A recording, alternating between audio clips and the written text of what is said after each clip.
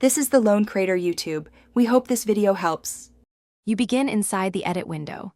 Switch to grid mode right now so edits snap predictably. Once grid mode is active, open the grid selector and pick a grid type that matches your session. Bars beats for musical timing or samples for waveform level work. You should also pick a resolution like 1/4, 1/8, or 1/16.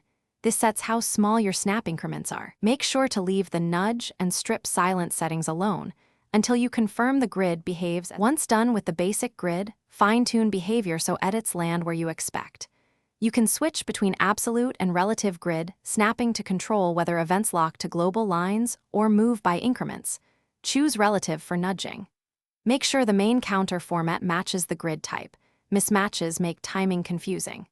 If you need precision, switch between tick-based or sample-based editing.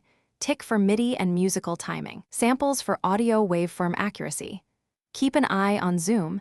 It changes. To finish, perform a quick test. Move a clip or place a new region and listen while watching the ruler. This confirms snapping is correct. If things look wrong, toggle grid off and on or reset grid settings to defaults. This often clears odd behavior. Also verify the session tempo, track time-base bars, beats versus minutes, seconds, and ruler display all match your intended workflow. If you still have problems, save, close, and reopen the session. Pro Tools can need a refresh to apply changes cleanly. Thanks for watching. Consider subscribing if we helped you.